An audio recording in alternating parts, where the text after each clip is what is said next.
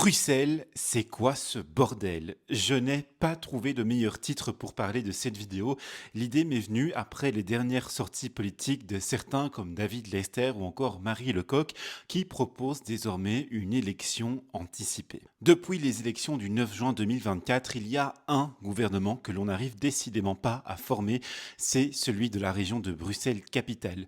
Je vous propose aujourd'hui de revenir sur le blocage, quelles en sont les causes et quelles en sont les possibles solutions. Parce que oui, aujourd'hui, si vous êtes bruxellois, vous avez peut-être l'impression que finalement tout roule, votre vie n'a pas tellement changé avec une absence de gouvernement à Bruxelles. Et pourtant, vous allez voir, et on va commencer par ça d'ailleurs, que pas de gouvernement dans une région, ça pose des problèmes bien concrets pour cette région justement. Ce qu'il faut comprendre, c'est que les régions, au jour d'aujourd'hui, elles ont un rôle essentiel dans le fonctionnement de la Belgique. Regardez à côté de moi, ceci, ce n'est qu'une petite liste des compétences qu'elles ont, et on voit que c'est déjà pas des petites compétences. Il y a par exemple donc toute la gestion des transports en commun. Dans le cas de Bruxelles, c'est la STIB. Le prix, par exemple, que vous payez dans le métro, eh bien ça, c'est décidé à la région. On voit aussi qu'il y a les travaux publics ou encore la politique de l'eau, mais ça, ce qui est listé ici à côté de moi, eh bien, ça n'est encore pratiquement rien. J'ai trouvé en tout une liste de 53 compétences qui ont été transférées du fédéral vers les régions et qui donc appartiennent maintenant aujourd'hui pleinement justement aux régions. 53 compétences. Tout ça pour dire en bref que les régions aujourd'hui, elles n'ont pas un rôle de simple figuration, elles ont un rôle vraiment essentiel à jouer dans le fonctionnement de l'État. Ce qu'il faut savoir, c'est que en Belgique, quand un gouvernement n'arrive pas à se former après les élections, on finit par appliquer ce qu'on appelle les douzièmes provisoires. Alors, les douzièmes provisoires, c'est quoi? Eh bien, en gros, pour faire fonctionner l'État chaque année, eh bien, chaque gouvernement vote pour l'année suivante un budget complet qui reprend toutes les dépenses et les recettes. Ce budget, il doit être voté d'année en année. En général, ça se fait du côté du mois de septembre pour l'année suivante. Mais donc, il est tout à fait possible que quand on ait une élection, eh bien, si un gouvernement a un peu de mal à se former, on arrive à la fin de l'année sans avoir pu voter le budget pour l'année suivante. C'est dans ce cas-là qu'on active alors les douzièmes provisoires, c'est-à-dire qu'on se base sur le dernier budget qui a été voté par un gouvernement de plein exercice et chaque mois, on permet la dépense d'un douzième de ce budget. En plus de cela, il faut se rendre compte aussi que quand les douzièmes provisoires sont activés, eh bien, le gouvernement qui est concerné ne peut faire aucune dépense qui n'a pas déjà été enregistrée dans le dernier budget voté. Le gouvernement bruxellois fonctionne donc avec les douzièmes provisoires depuis le début de l'année 2025. Il y a eu quelques exceptions qui ont été votées pour les élargir un peu, mais c'était seulement des exceptions temporaires. La région de Bruxelles-Capitale est donc dans une situation où elle ne peut plus faire de dépenses non prévues dans le budget 2024, mais en plus, tous les employeurs qui dépendent d'elle, eh bien, aujourd'hui n'ont plus de lisibilité sur leur avenir financier. Concrètement, ça veut dire par exemple que si on prend le secteur de la rénovation, eh bien, la région octroie beaucoup d'aides à la rénovation justement. Ces aides, elles vont être supprimées et ça veut dire que potentiellement, eh bien, les futurs clients vont attendre avant de faire des rénovations, d'avoir un gouvernement de plein exercice. Comme ils vont attendre, les employeurs, eux, n'auront plus de clients et vont être dans la difficulté financière. Pour le secteur non marchand, c'est-à-dire à peu près tous les travailleurs sociaux dans les hôpitaux, les maisons de repos, l'accueil des personnes sans abri, l'accueil des réfugiés également, tout ça, ça pose aussi beaucoup de problèmes. Pourquoi? Parce que la région octroie deux types d'aides au secteur non marchand. D'abord des aides obligatoires qui, celles-là, continueront, mais aussi des aides financières dites facultatives. Ces aides financières dites facultatives, elles vont finir par être supprimées aussi automatiquement parce qu'elles ne seront pas prévues dans un nouveau budget, sauf que avec les années, le côté facultatif dans les faits a été un petit peu gommé. Toutes les associations et tous les employeurs du secteur non marchand ont besoin aussi, un besoin vital de ces aides. Et ça, le résultat direct, c'est que ce secteur, qui aujourd'hui représente 100 000 emplois à Bruxelles, est déjà menacé. Tous les employeurs à ce niveau-là sont déjà en train de procéder à des licenciements, de ne plus renouveler le CDD ou bien encore de passer par le chômage économique. Et puis si on pense mobilité, eh bien, il faut savoir que certains travaux aussi, puisqu'ils ne sont pas prévus dans le dernier budget, celui de 2024, eh bien, ils ne peuvent pas commencer. On a ainsi donc à Bruxelles toute une série de tunnels routiers qui attendent le début de leur rénovation, mais on a aussi du côté de la STIP le métro 3 dont certaines parties sont bloquées. Et là, je vous ai cité seulement trois exemples, mais il y a quand même aussi beaucoup d'effets en cascade qui peuvent survenir des fois auxquels on ne s'attend pas. Par exemple, cette année, il faut savoir que la Gay Pride a failli ne pas pouvoir avoir lieu parce que là aussi, la Gay Pride dépend des aides de la région bruxelloise et donc l'édition de l'an prochain, si on n'a toujours pas de gouvernement non plus, eh bien, elle peut être en danger aussi. Donc des exemples comme ceux-là, au plus on devra attendre pour avoir un gouvernement à la région bruxelloise, eh bien au plus on va en rencontrer. La seule solution pour sortir de ce genre de difficultés, c'est donc d'avoir concrètement un gouvernement de plein exercice à la région de Bruxelles-Capitale. Mais alors aujourd'hui, qu'est-ce qui bloque? Eh bien, commençons par le commencement, les élections. La région de Bruxelles-Capitale, elle fonctionne sur un mode un peu particulier où les néerlandophones sont représentés et les francophones sont représentés également. Il y a un total au Parlement bruxellois de 89 sièges. On en a 72 pour les francophones et 17 pour les néerlandophones. Ça permet d'avoir une sorte de représentativité proportionnelle au nombre de personnes francophones qu'on a dans la région bruxelloise et au nombre de personnes néerlandophones qu'on a aussi dans cette région. Pour former un gouvernement, il faut donc qu'au Parlement, on ait une majorité côté francophone, mais aussi une majorité côté néerlandophone. C'est ça vraiment la spécificité de la région bruxelloise. À cette spécificité s'ajoute aussi le fait que le résultat des élections du 9 juin 2024 a donné justement un résultat particulier. Du côté francophone, on s'est retrouvé avec le mouvement réformateur largement gagnant avec 20 sièges, suivi par le PS 16 sièges, le PTB 15, puis les engagés 8, écolo 7 et défi 6. Ce résultat-là, après les élections, il a déjà un peu changé. Pourquoi? Eh bien parce qu'il est possible, après les élections, que des élus changent de parti. Et oui, ça a été le cas pour Défi. Défi a perdu 2 sièges, notamment celui de Ludivine de Magnanville que j'ai interviewé il y a quelques jours et la vidéo est disponible sur mon compte. Et donc, ces élus-là se sont rabattus vers le MR. Donc, on a des sièges qui ont été gagnés du côté du MR et des sièges qui ont été perdus du côté de Défi. Du côté francophone, il faut 37 sièges pour avoir une majorité. Et au départ, cette majorité, elle nous avait été assez rapidement annoncée. Le MR avec le PS et les engagés. Côté néerlandophone, cette année, c'est là que la situation est beaucoup plus complexe. Sur 17 sièges, il faut 9 sièges pour avoir une majorité. Groen en a 4, la Team Fouad Haïdar en a 3, et puis viennent la NVA, l'Open VLD, le Vlaams Belang et Vorud qui en ont 2 chacun, et enfin le PVDA qui en a 1, et puis le CDNV qui en a 1 également aussi. Ce qui est particulier pour cette année côté néerlandophone, c'est la présence de la Team Fouad Haïdar et de ses 3 sièges. En fait, la Team Fouad Haïdar n'était pas présente aux précédentes élections, les 3 sièges étaient donc répartis chez les autres partis. En plus, la Team Fouad Haïdar, quelque part, c'est un parti qui a beaucoup de francophones en son sein, mais qui a quand même choisi de se mettre côté néerlandophone. C'est entre guillemets le jeu, c'est comme ça leur a été autorisé. La raison d'un tel positionnement de la team Fouad Haïdar, elle réside peut-être dans le fait que, côté néerlandophone, il faut obtenir moins de voix pour gagner un siège au Parlement bruxellois.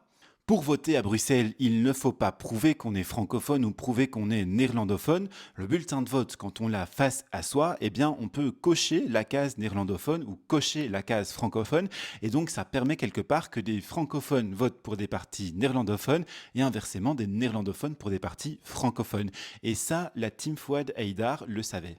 De plus, en se mettant côté néerlandophone, avec 3 sièges, eh bien la team Fouad Haïdar peut déjà peser beaucoup plus dans l'échiquier politique que si elle s'était mise côté francophone. Le problème aussi, c'est que ce parti-là, justement, la team Fouad Haïdar, il est perçu comme étant beaucoup trop communautaire et le résultat, c'est que pratiquement aucun autre parti ne veut aujourd'hui travailler avec lui.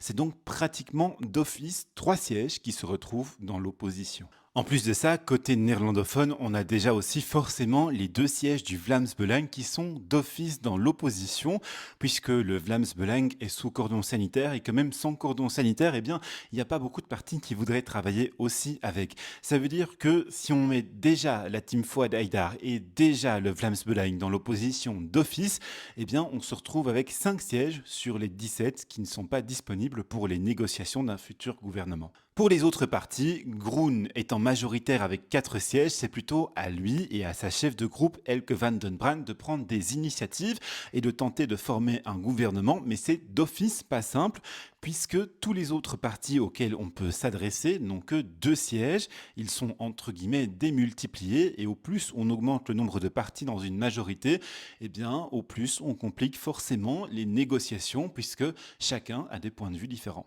Et ça, rien que ça, c'est ce qui a amené le tout premier blocage. On a attendu comme ça jusqu'à la fin du mois de novembre 2024 pour que côté flamand, on nous propose aussi une majorité.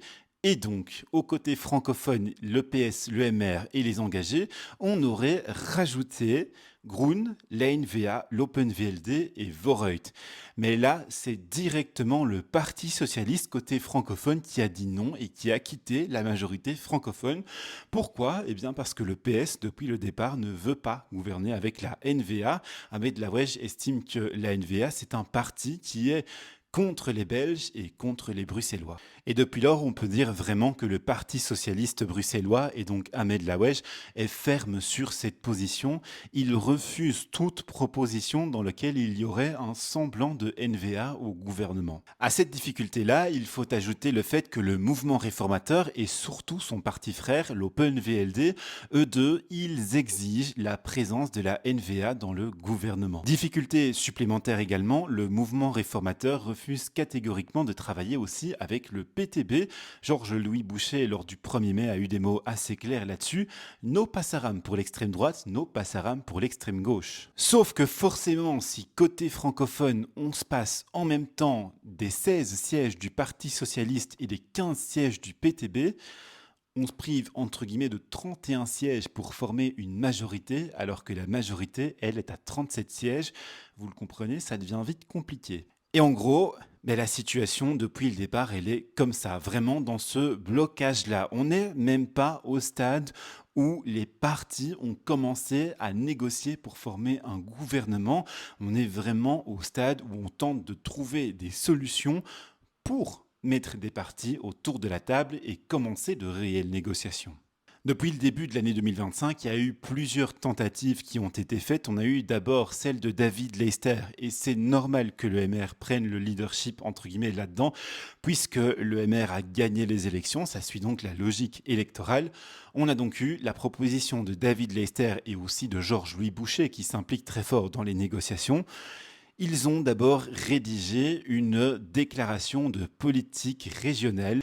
Une déclaration de politique régionale, il faut savoir que c'est normalement un document qu'on fait quand on a un accord de gouvernement. C'est ça, c'est le texte d'accord de gouvernement.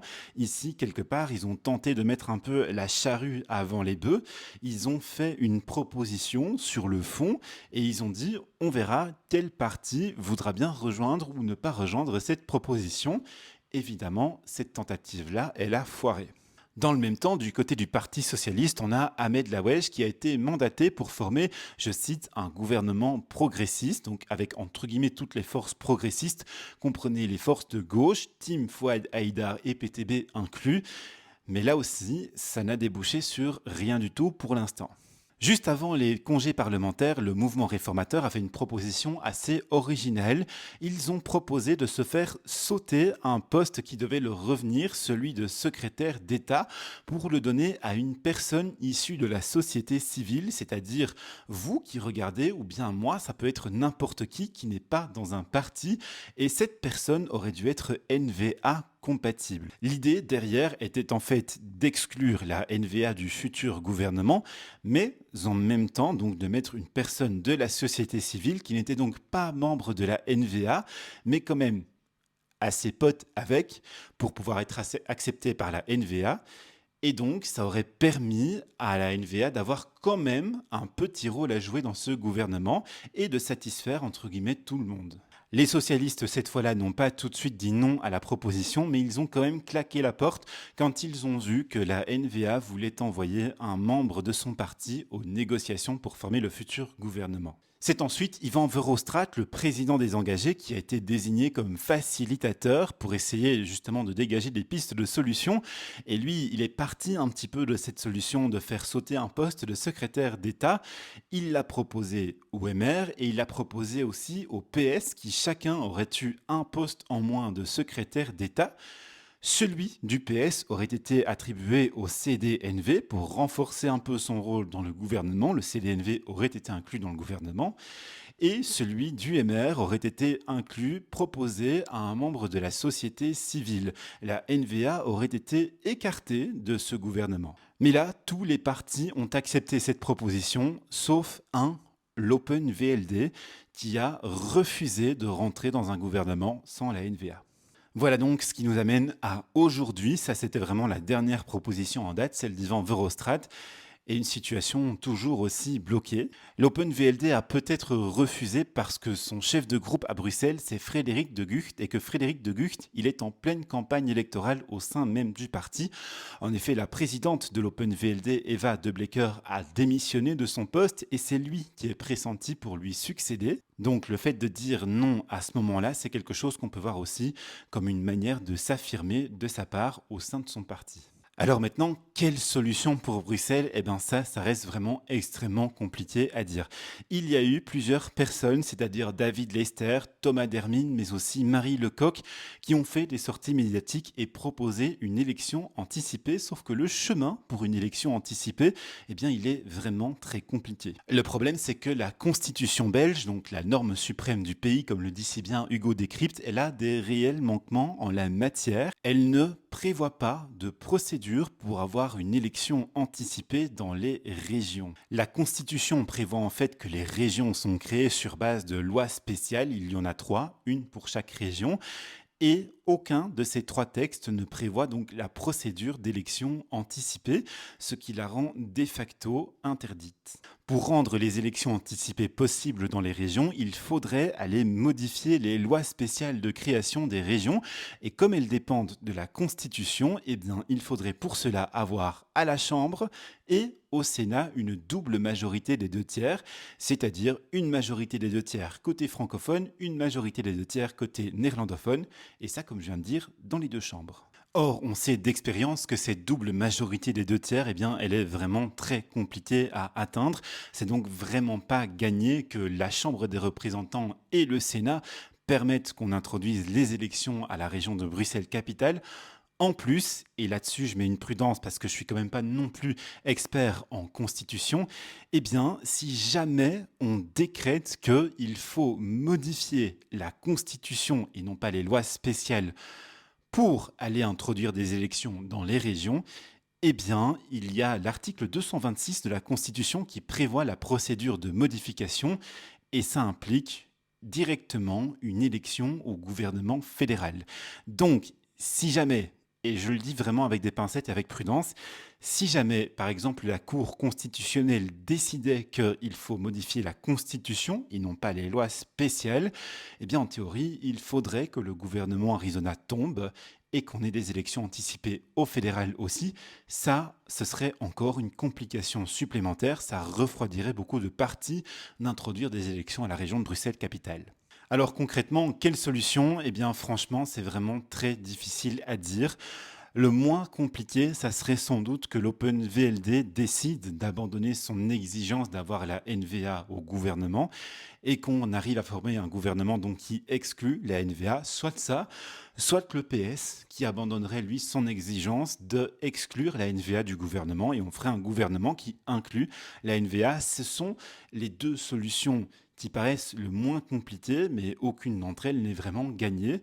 En attendant, eh bien, potentiellement, on se retrouverait avec une région de Bruxelles-Capitale qui serait sans gouvernement pendant 5 ans jusqu'aux prochaines élections. C'est tout pour cette vidéo, je vous ai partagé ici ma petite réflexion, j'espère que mon contenu vous plaît. Si c'est le cas, n'hésitez pas à vous abonner et activer aussi la cloche. C'est important sur YouTube d'activer la cloche, c'est ça qui vous envoie des notifications et vous tient au courant des moments où je sors des vidéos. Ciao!